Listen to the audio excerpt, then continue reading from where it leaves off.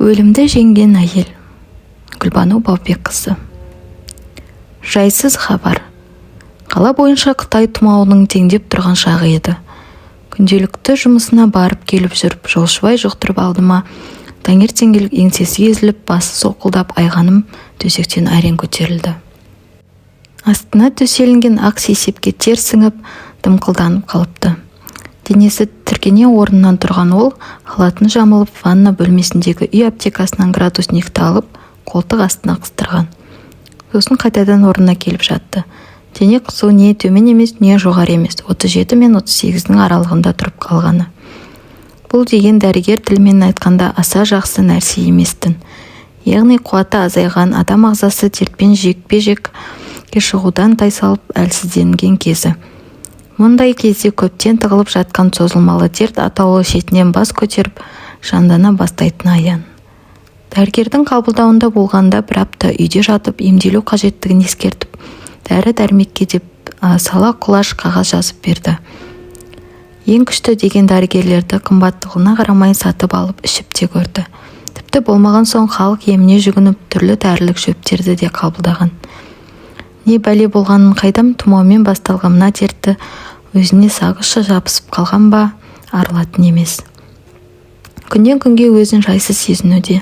Кеудесі мен кіндігінің төменгі тұсы сыздап, мазасын алып жүр. Үй ішіндегілер де тұмауратып шыққан, бірақ олардікі жеңіл түрде өтті де аяқтарынан тез тұрып кеткенді. Бір аптадан соң дәрігердің қабылдауына тағы да баруына тура келді. Түрлі анализдер тапсырып, қосымша кардиограммаға УЗИ-ге де түсті. Содан қыстың сонау бір суық күнде мұны дәрігер өзіне жедел жүрде шақыртқан.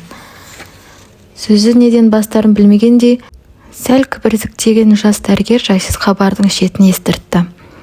Кешіріңіз, сіздің диагнозыңыз туралы бір жола кесіп-пішіп айту да қиын. Өйткені медицинада қателесуге болмайтынын өзіңіз де білесіз. УЗИ-дің көрсетуі бойынша жатыр маңында емшек бездерінде гормондық өзгеріс бар. Түсінсірек етіп айтсыңызшы, ол не деген ауру сонда? Дене тканының шамадан тыс тығыздануы, бұл деген медициналық аталым бойынша атап айтсақ.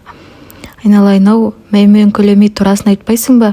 Әкесі өлгені де естіртеді ғой, спид емес шығармыз? Жоқ, о не дегеніңіз, одан аман есенсіз жүрегіңіз де мықты. Сонда бұл қандай жұмбақ ауру? Қалай десем екен, ол мына ғасырымызда спидпен қатар келе жатқан жаман аурудың бірі. Сіздікі әзірге бұл тек жорамал ғана. Әлі де тексеріліңіз керек, мүмкін ол да емес шығар. Әбіржімеңіз. Әбіржіме дейді ғой, қылтамақ. Я болмаса қатерлі ісік дегенге келтіріп тұрсаң, қалай әбіржімеймін, қалайша. Алланың дәлдеп жіберген ауру болса амал не, адасып келген дерт болған десейші. Одан да дегенге айғанымның дауысы дірілдей шығып отырған орнына шайқалып кетті. Уақыттан бұрын уайымға берілмеңіз, маған айту парыз. Сізге онкологиялық институтқа жолдама қағаз жазып берейін. Сонда барып бастан аяқ қаралыңыз. Айғаным қолындағы жолдама қағазға құбыжық көргендей шошына қарады. Сәлден соң мең-зең күймен аяғын санай басып, үйіне әзер жеткен болатын. Есіктен кіре сала бірден жатын бөлмесіне барды да, кесілген теректей төсекке етпетімен құлай кеткен. Үлкен құс жастық қана оны көзінен тамшылап аққан жасқа куәгер болып, әйел қалай мұжғаласа да төтеп берді. Құдай-ай, бұл қай сынғаның, мұнсыз да өмірден көргенім аз ба еді? Әке алақаннан ерте айырдың, жарым кетіп жалғыздық тақсіретін тартып жүрмін мұна. Әрине, өлім жарлығы біреуге ерте, біреуге кеш келетін рас, бірақ мен оған әлі дайын емеспін ғой. Балалар болса әлі жас. Менсіз күн не болады? Оларды шырылдатып тілеушісінен мен қамқоршысынан айырғанда саған не түседі, тәңірім-ау?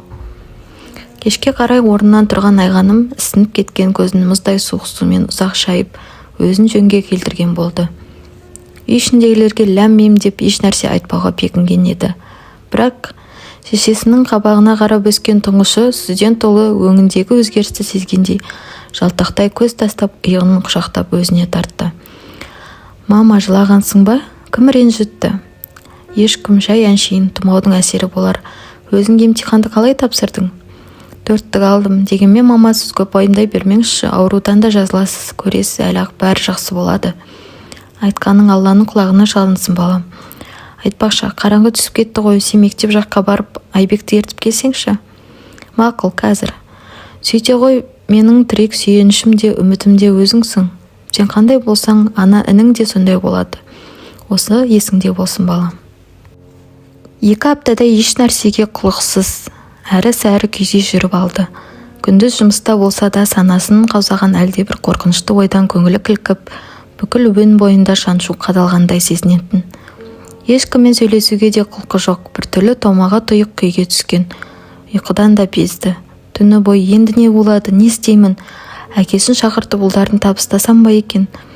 Оның алдында ешқандай басым имеймін деп ант бергенем, мұның қалай болар екен деген түрлі ой тұмшалап, мың аунақ шықтып, үхілей көрсеніп, көрер таңды көзімен атқызатын болды.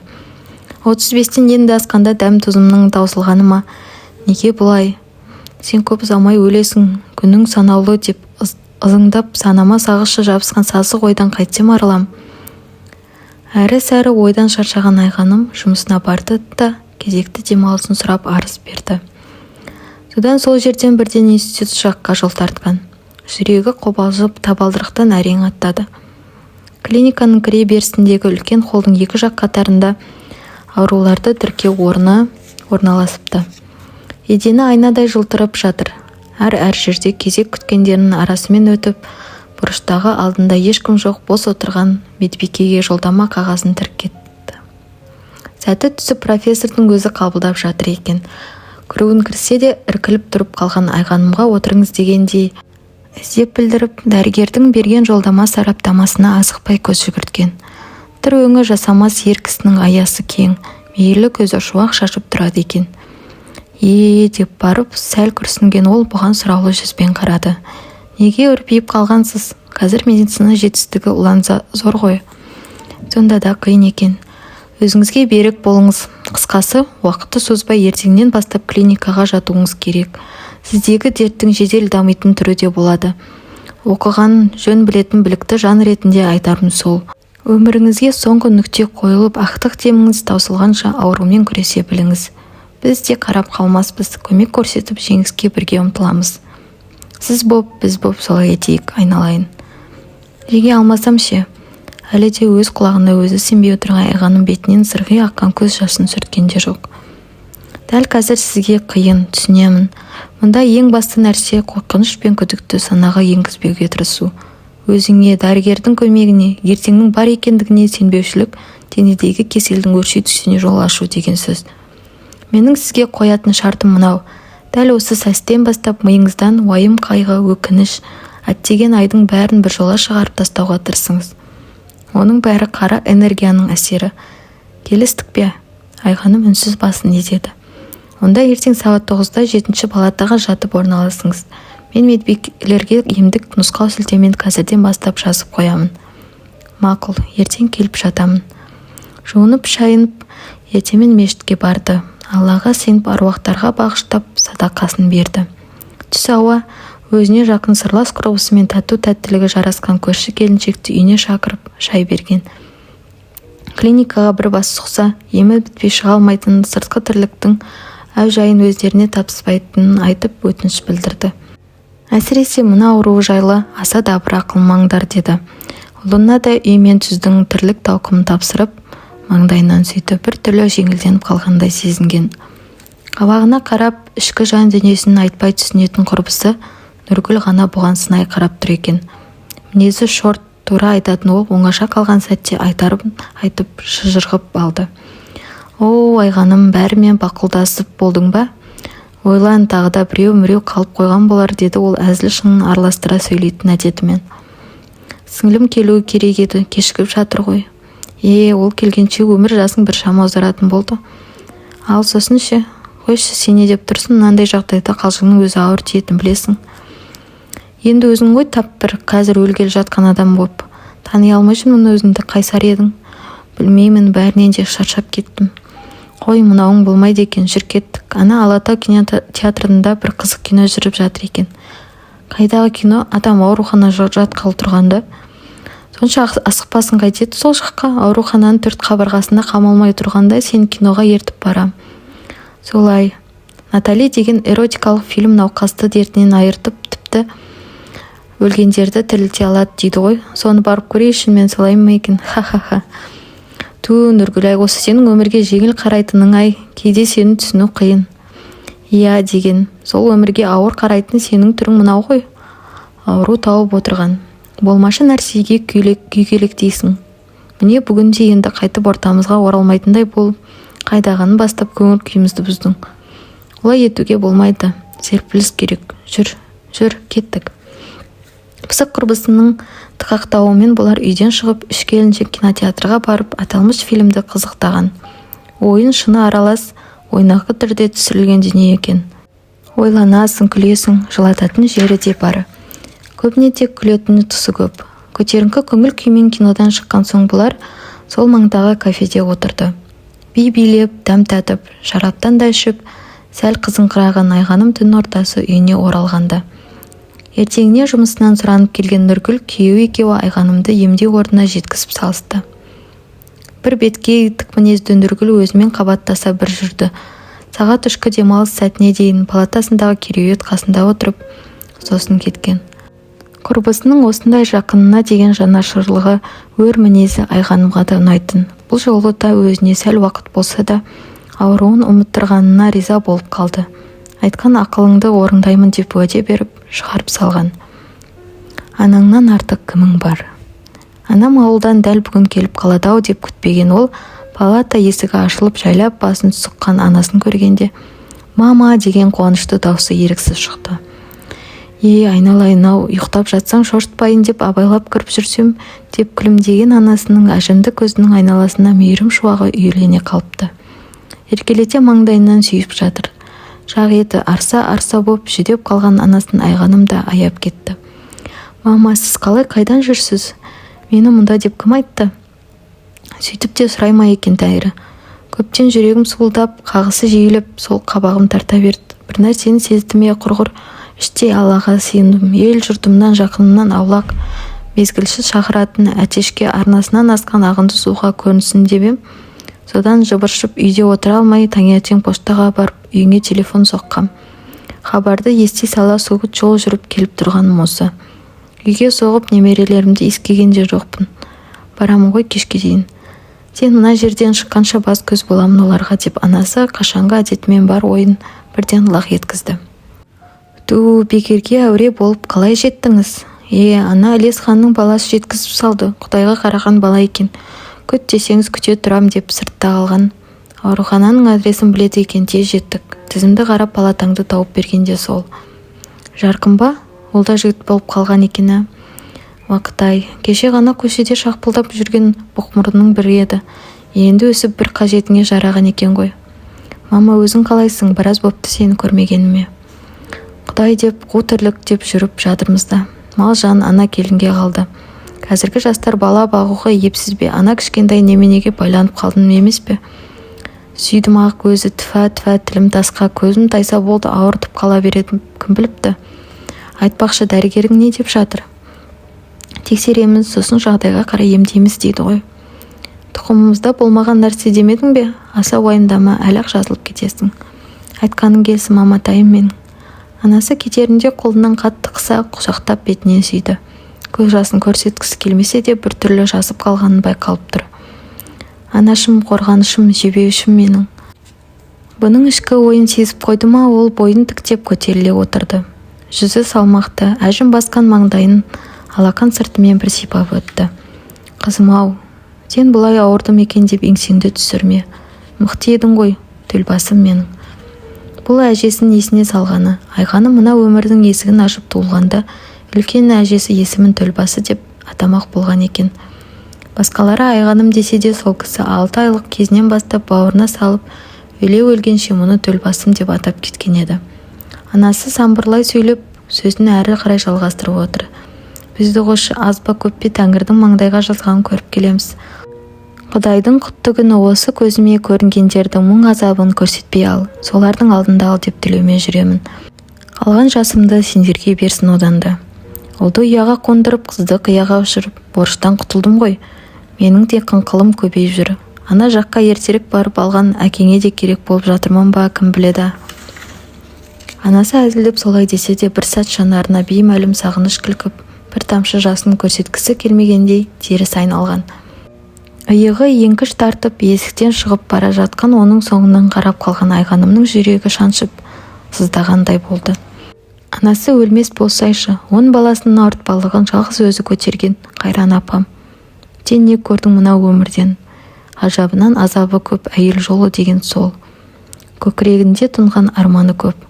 Балаларым байлығым де бақытым да деген қағиданы тоғып ұстаған анасы міне бүгінде жүрегін қолына алып елден келіп тұрған мынау. Аяулы асыл анам-ай, мен саған әлі қарыздармын. Сені жылатқым келмейді, яғни бәрі де жақсы болады. Солай болуға тиіс. Кешірші мені. Жаман аурудан тәні әлсіреп төсекке таңғылып жатқан сол бір 40 күннің азабы соншалықты ауыр болғанын өзінен басқа кім түсінер дейсің. Суға батқан тал қармайдының әрекетімен барабар тірлік екен. Емдеуші дәрігер мен түрлі дәрі-дәрмекке тағдырыңды теліп қойып, үміттік сүнбей жатасың. Ем қонама деп әрі сенесің, әрі сенбейсің. Әлбетте соңғы дәрінің күші кете бастаған кезде күдік те пайда болады. Ішкі кесел ұлғайып, шыбын жаның шырқырағанда жарық дүниенің барлық сәні түсін өзгертіп, солғын тарта бастайды екен. Еш нәрсе қызықтырмайды, ешкімге, ештемеге зауқың жоқ. Тек сағат тықылын тыңдап, минутын санап, дәм тұзыңның таусылуына қанша уақыт қалғанын ойша шамалап, іштен тынасың. Сыртың бүтін, ішің түтін деген сол. Өткен өмірің кинолентадай болып, күндіз түні көз алдыңда, санаңда көлбеңдейді. Әр қадамыңа есеп беруге, таразылауға мүмкіндік мол, ешкім кедергі етпейді. Ескексіз қайық сияқты күйге түскен адам тағдыр толқыны қайда бұрса, солай кете беретін ұққан еді сол жолы. Дегенмен көңіл түкпірінде өзгеріс болмады десе, өтірік айтқанмен бірдей болар еді. Рухани тазарудың, өмірге жаңаша көзқараспен қараудың бастамасы десек те болады. Жедел басталған емдік шараларды қабылдап, кезекті химиялық терапиядан шыққаны сол еді. Палатасында ақ халат киіп, өзін күтіп отырған бұрынғы күйеуін көрді. Бұл білегіндегі мақтаны қыса ұстаған күйі әрі-сәрі күйде тұрып қалды. Күтпеген жай күшін алып қойғандай. Соны сездіме ол да жедел басын келіп, қолтығынан демеген. Төсекке жаққан мұның қолынан ұстаған күйеуі күбіріктіктеп сөзін өзі бастады. Қазір қалайсың? Сырқаттанғаныңды естіп келгенім осы. Шүкір, жақсымын, деді Айғаным қиналып тұрса да сыр бергісі келмей. Өзіңше? Жүрміз ғой, жұмысым сол баяғысынша. Қызым бар, дегенде Айғаным оның жүзіне барлай көз салды. Күйеуі бұрынғысында емес, жүдеп қалыпты. Осыдан 3 жыл бұрынғы менмендігі басылып қалған сияқты. Самай шашы ағара бастағаны көрініп тұр. Жастық шақтың базарында сұлу бойжеткен Айғанымды өзіне қылтықсыз табандыра білген мына қос жанар ғана өзгермеген. Баяғысынша өңменнен өттердей ұшқын шашып тұр. Айғаным үх деп күрсініп салды. Кезінде ғашық болғызған 13 жыл от құшағында жалынға бөлеген сол жақыны өзінен алыс, мүлде бөтен еркек.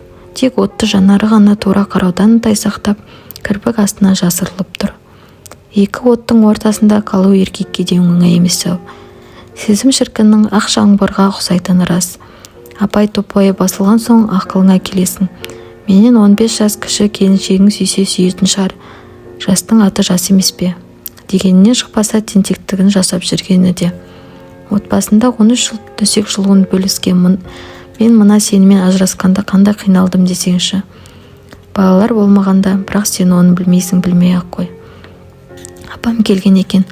Университетке Ануарды іздеп барғанда сол айтты. Сені осында жатыр деп. Үндемейсің ғой. Мені тыңдағың келмей ме деген күйеуінің даусынан ой үзіліп кетті. Тыңдап жатырмын, келгенге рахмет, күтпеп едім. Кенет Айғаным ойына бір нәрсе түскендей. Сен Ануармен көптен кездесіп жүрсің ба? Деп сұрады. Иә, сен қарсы екен деп ұлдарымнан сыртта айналмаймын ғой. Жасым болса да мектепке барып Аянның да маңдайынан сипап сөйлесіп мауқымды басамын. Тағы да өтінем, сен мені кешіре алсаң кешір. Менен де бір берместік болды ғой. Өкінемін, бірақ кейін қайтар жол жабық, амал қанша. Қойшы енді, кешегі күннің парағын қайта ақтарғыштамай. Өтті, кетті дедік қой. Менде де білместік емес, ерегіспешілдік болғаны рас. Үйге кетірмесем, ұлдарын көрсетпесем өшім қайтады деп ойлағанмын. Солай еткенде бақытты болғаным ғане. Кешірем, кешірмегенде қайда барам? ұлдарыңнан байланысыңды үзбе, жат боп кетпесін. Айғанымнан дәл мұндай жауапты күтпегені күйеуінің жүзінен байқалып тұрды. Еңкейіп маңдайын мұның қолына төсеп, ернімен саусақтарын сүйіп жатыр. Кенеттен Айғаным да оны аялап, тікірейген шашынан сипағысы келіп кетті де өзін әрең ұстады. Рахмет Айкош, сен ақылдысың ғой. Мен сенің осында екеніңді білгенмін деп даурыға сөйлеген оның сөзін бөліп саусағын кейін тартып алды. Болды енді, үйіңе қайт. Кешірдім деген сөз қайтып келмен бірдей емес екенін ұққаның жөн.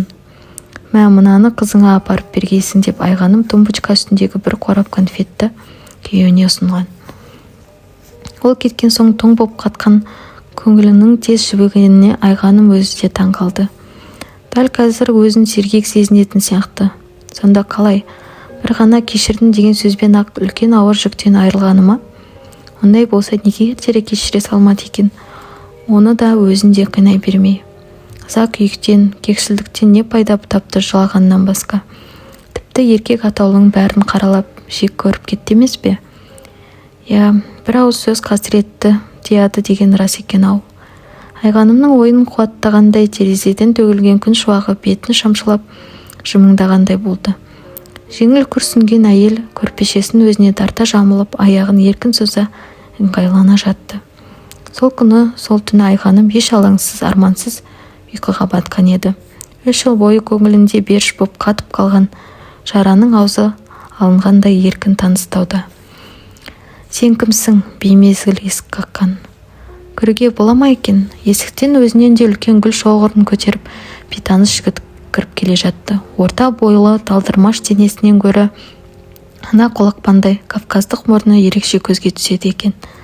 Жымиғанда жақ еті ішіне кіріп, бетінің жартысын мұрын алып тұр. Сәндеп қиылған мұрты да өзіне жарасымды. Қимылы ширақ. Сәлеметсіз бе, мынау сізге?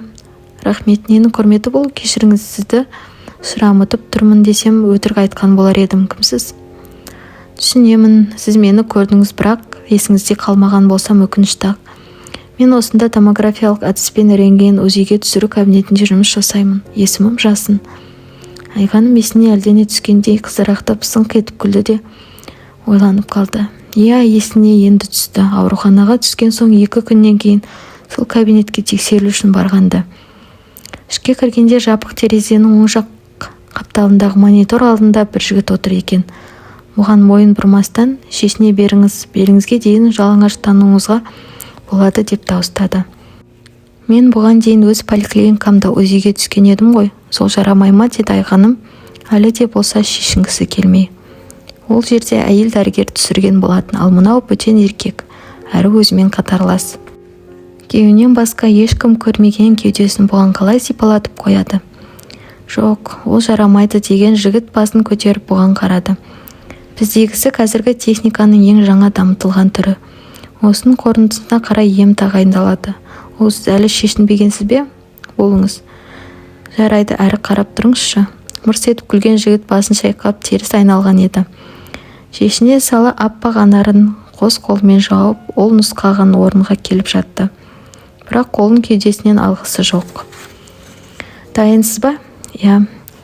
Өзіне қайта бұрылған жігіт кенет әрі-сәрі күйде сәл тұрып қалды, тағы да күліп жіберді. Мен қалай тексеремін сізді мынау күйіңізде? Қолыңыз кедергі жасайды ғой. Солай меді, ұялып тұрғаным. Ұялудың реті жоқ. Менің мамандығым осы болса енді амалсыз көнесіз де, деп жігіт Айғанымның төсіне аппаратты жақындатты да қолын ысырған. Бұл қоңқақ мұрынды жігіттің жүзіне қарамауға тырысып, бетін қабырға тұсқа бұрып әкетті. О, қандай байлық, осының бәрін ұялып жасырып ұстайсыз деп комплимент айтқан жігіт төсіне әлде бір майды жағып, суық темірді әрі-бері жылжыта бастады. Мына жұмсақ майда қозғалыстан тұла бойы шымырлап кетті. Көптен еркек қолы тимеген тәнінің ішкі толқынысының білдіргендей қос анарының үрпісі дүрдиіп шыға келгенін қарашы. Дәл сол сәтте Айғаным ұяттан өртеніп жерге кетуге дайын еді. Жігіт те тексерісті әдейі соза түскісі келіме бітіп болар емес. Солдан соң ол өте жақсы, тым әсершіл сезімтал екенсіз, тентектеуме деп қалдым мына қос байлығыңызды. Міне болдық. Жіберекпен сүртінуді ұмытпаңыз деп жігіт ақ төсін қолымен жеңіл бір сипап мониторға бұрылды. Орнынан жылдам тұрған Айғаным шала-пұла асығыс киінді де ештеме деместен сыртқа атып шыққан. Содан кейін бір ай онда барған жоқ, оны көргенде емес. Кеше барып өз үйге қайталап түскенде кабинетте ол болмады. Толық денелі орыс әйелі отыр екен. Оның болмағанына іштей қуанып қалған болатын. Енді міне өзі келіп танысып тұр. Гүл құшақтап келгенін айтсаңшы, сонда мен кім деп тұр екен, жеңіл жүрісті жеңілтек біреу десең қателесесің жігітім. Ұзақ ойландыңыз ғой, есіңізде қалыппын ба әйтеуір? Иә, есімім Айғаным. Білем, қайдан білесіз? Карточкаңызда бәрі жазулы ғой, сіз оны маған тастап кеткенсіз. Сонша қаша жөнелетіндей мен қорқынышты ма едім? Иә, сізде қалған екен ғой, деді Айғаным тағы абдыраған күймен жігіт сөзінің соңына мән бермей. Оның алдында неге бүйтеді өзі де түсіне алар емес, әлде жігіттің мысы басып тұр ма? Сонымен Айғаным дәл бүгін басқа жұрт әлі білмей тұрғанда сізді өзім қуантқым келді. Кешегі тексеріс қорытындысын қолыма алып сізге жеттім. Бір жарымай қабылдаған еміңіз текке кетпепті. Міне қараңыз, денедегі ісік ыдырап жойылуға шақ тұр. Яғни бұл аурудан айығып, құлан таза жазыла аласыз деген сөз. Құтты болсын. Ой, шынымен солай ма? Аузыңызға май, астыңызға тай. Қандай жақсы адамсыз деп қуана дауыстаған Айғаным жігіттің бетіне шөп еткізе сүйіп алды. Дәл мұны күткені күтпеген белгісіз жігіт гүл шоғымен қоса Айғанымды құшақтап алды. Қозғалтар емес. Бір сәтте ақ тас мүсінге айналған жігіттің түріне күлкісі келген Айғаным өзін тоқтата алмай сықылықтап күліп жіберді. Сонда барып есін жиғандай жігіт сәл ысырылып қолын босатқанды. Түх, отты ерніңіздің қуаты дәл жүректен соққы берді ғой деп әзіл шыны аралас көзі күлімдеп тұрып. Бір сүйгенде жүрексіз қалсаңыз екінші рет сүйсем не боласыз, деді Айғаным да ойнақы түрмен. Білмеймін, ол жағын ойлауға мұрша жоқ. Не де болса тағы да бір сүйіңізші, бәлкім сонда. Қой екенсіз, екі жеп биге шықпапсыз ғой. Ой, пәлі. Өтінемін, жақсылық хабардың сүйіншісіне тағы да бір рет сүйіңізші. Келер сәтте Айғаным өзін бейне бір жас еркек қыстай сезініп кеткені. Мінезіне тән емес жеңілдектікпен басын көтеріп, жігіт бетінен сүймекке икемделеген. Гүл шоғын төсек үстіне қойып үлгерген жігіт қос қолымен мұның бетінен ұстап өзіне қаратты. Сосын көзіне қадап күлімсіреді. Қолдары діріл қағады. Ерні әйел ерніне тиген бетте өші кеткендей ұзақ қадала сүйді. Дегенде не болғанын ұға алмай қалған Айғаным сәлден соң бұлқынып жігіттің қарулы құшағынан шықпаққа әрекет еткен. Бірақ шымырлаған тас құшақтан шығу мүмкін емес еді. Оның үстіне жігіт ерні де еркелете сүйіп, ертіп жіберердей боп өртеп барады. Тағы да өткендегідей тұла бойы бір түрлі шымырлап кетті. Еркек иісі сіңген көйлектің жағымды иісі шығып басы да айналғандай. Тәтті сүйістің желігі тиді ме? Енді өзі де жігіт еріне сүйіспен жауап берді. Тіпті құшағын ажыратпай оның қасында тұра беруді жаны қалап тұр. Ұяттағы мәз саған маған не болды? Сүйіспесем өліп қалатындай бейтаныс жігітке сонша беріліп кетіппін ғой. Біреу көріп қойса ұяттай. Айғаным бар күшін жиып қолымен жігіттің кеудесіне итеріп қалды. Манадан бері сүйіске елітіп, есі кетіп тұрған ол бойын игере алмай төсекке құлап түскен. Тез шығыңыз палатадан, сөз айтудың өзі артық, деді Айғаным қатқыл дауыспен. Сосын теріс бұрылып терезе алдына барды да сыртқа қарап мелшиіп тұрып қалды. Кешіріңіз, міне бір ай бойы осы сәтті армандап едім. Содан есім кетіп, ренжіту ойымда жоқ еді. Ренжімеңізші. Айғанымда үн жоқ. Есік сыртынан жабылып, жігіт кетіп қалғанша сол тұрған орнынан қозғалмады. Сәлгенден соң өрекпіген жүрегін басып орнына барған, жаңағы көрініске куә болған гүл шоғыры төсек үстіне шашылып қалыпты. Оны бір-бірлеп жинастырып жатқан Айғанымның түсі сұсты болғанмен, көзінде жарқыл, езуінде болар-болмас күлкі ойнап тұрған еді. Ертеңінде Айғанымның құшағы тағы да гүлге толды. Көзіне көрінуге жасынның батылы бармады ма, гүлді медбике арқылы беріп жіберіпті. Ішіне қыстырылған қағазға бір ауыз сөз жазылған екен. Кешір мені, қызмет бабын пайдаланды деп жаман ойға жорма. Өзіңе ғашық болған жүректің серпілісі де оққайсың оны. Жасын. Бірден сенге көшкен оның бұл қылығына Айғаным ашуланған жоқ. Жауап та жазбады. Келесіде Гүлмен бірге тағы да хат келді. Махаббат ғашықтық жырларымен атты танымал болған ақынның сезімдік жұмақтарын әдемілеп тізіпті де соңына: мен сені сүйемін, кездеспей жүрген сыңарым сенсің, сәлеммен жасын, өзіңді іздеп әлі үйленбей жүрген бойдақ жігіт деп қолын қойыпты. Оның да әнге, өлең жырға әуестігін қалай біліп қойған десеңші. Айғаным көзін жұма жігіт хатын жүрек тұсына басты. Бейне бір жастық шағы қайта оралып келгендей, жүзі бұлжанды. Жүрек түкпірінде тосын жаңа бір сезім гүлі бір жарғандай. Осылай көмбе күн хат алуды әдеттеніп қалғаны ма, хат сәл кешіксе елеңдейтінді шығарды. Беймәлім сағыныш кеудесін кернеп, есік жаққа қарап елеңдейтін. Еркектің әйелге деген ыстық ілтипаты мен от ернінің дәмін аңсап көңілі қобалжулы. Міне медбике қыз тағы да хат әкеп берді. Айғаным, терең ойланып, оң солымды таразылауға уақыт мол болды. Қанша өзімді тежесем де, көруге, сөйлесуге ынтығамда тұрам. Бүгін дәрігерлік кеңес консилиумда сен туралы әңгіме болды. Құдай қаласа келесі аптаның жұмасына қарай сені емханамен қоштасу күтіп тұр. Құттықтаймын. Мұндай ауруды жеңу үшін де адам бойында үлкен ерік жігер мен құдіретті рух керек. Мықтылығың үшін алдыңда басымды иемін. Сенің орныңда өзім болсам, қайдам қалай боларын. Көлденең көк аттының бір демей мендік сағынышты дұрыс түсінгейсің.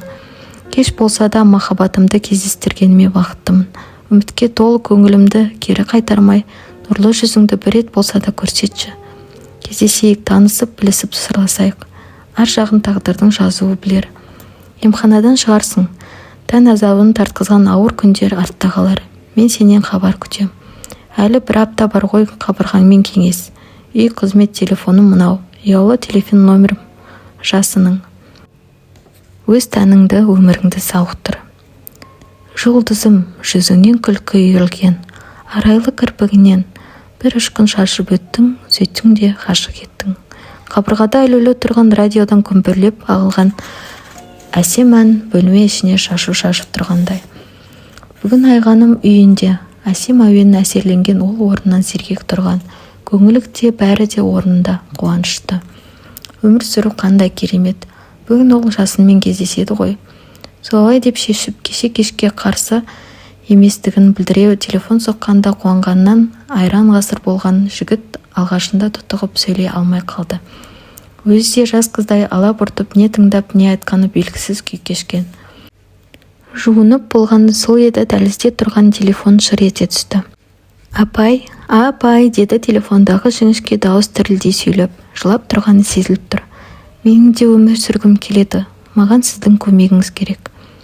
Иә, ниетің дұрыс екен, Алла жазса, өмір сүрген жақсы ғой, есімін кім айналайын? Балжан, мен сіз жатып емделіп шыққан ауруханада емделудемін. Диагнозымды айтуға қорқам. Апай, мен әлі жаспын ғой, не себепті өлуім керек, өмір сүргім келеді, апай. Қыз сөзін аяқтамай жылап жіберді. Айнамау, жылай берем, өйтіп, өзіңді езгеннен бірдеме шығады дейсің бе? Оған ауру да дес бере қоймас. Одан да ертеңгі болар әдемі күндеріңді үміт үзбей ұмтыл алға. Өзің қай жақты кісін, туған жеріңді айтам. Әкай шешім торғайдікі болған екен. Өзім жетімдер үйінде өстім. Солай де. Шамасы тағдырыңа өкпе ренішің көп болған-ау. Әттеген-ай, жарайды. Онда былай деп келсейік. Ертең мен сонда барамын. Мұндағы поликлиникадағылар қорытынды диагнозды әкеп көрсетіп, іске тігіп қоямыз деп отыр. Түсінбеймін, дұрыс емес қой бұлар. Жаман ауруды есінген шығарым жүрсін дегендер ме бұл? Мұны тыңдап тұрған қыздың өксігені басылған-ау, сірә үнсіз тыңдап тұр. Бірді айтып бірге кетіппін ғой. Қысқасы, Балжан, ертең сол жерде кездескен кезде сөйлесейік. Жарайды, апай, мен сізді асыға күтем. Мынау ауру әбден шаршатты, кейде асылып өлгім келетін. Бірақ жарық дүниені қимайды екенсің. Сізді жазылып кетіпті дегенді естігенде көбіміздің көкірегімізге үміт оты жанғандай болды. Соныңыз үшін рахмет. Шешілмейтін түйін жоқ, Айнам. Жылай берме, бүгін жақсылап тынық. Ертең екеуміз ұзақ әңгімелесеміз. Сен шаршамауың керек. Телефон тұтқасын қойған Айғаным ой үстінде ауруханадан шыққаны бар болған бір апта, ал қанша адам жанына шапағат іздеп бұған телефон соғуда. Қандай ем-дом алғанын, қайсы жақсы әсер еткенін білгісі келеді. Ал кейбіреу мұңы бейне бір емшіге ұқсата ма, ауруыңа дауа сұрап емдеуін өтінеді. Міне есімдері блокнотында жазулы тұр. Майра, Тамара Ивановна, Ринат, Зәуреш, Айнагүл, Сергей тағы басқа. Қайғысыз қара су ішкенге не жетсін шіркін. Денім сау болсын деп тілеңіз одан да. Шындап келгенде Алланың өзі жаратқан адам. Негізінде өзіне өзі емші, өзі құдіреті, өз қолында екенін екінің бірі қайдан білсін. Емдей алмаса да өз тәнін, өмірін сауықтыра алатынына, оларды сендіре алса, санасына үміт отын жаға алса, соның өзі бір ғанибет емес пе? Жігерлі ойдан қуаттанған Айғаным терпіле орнынан тұрып асығыс киімін кие бастады. Бәрі де жақсы болады. Емхана жақты бағытқа алған ол қадамын нық басты. Өйткені оны сондағы сүйікті адамы, жасын және ауруына араша іздеген тағы да басқа жандар күтіп тұрған еді.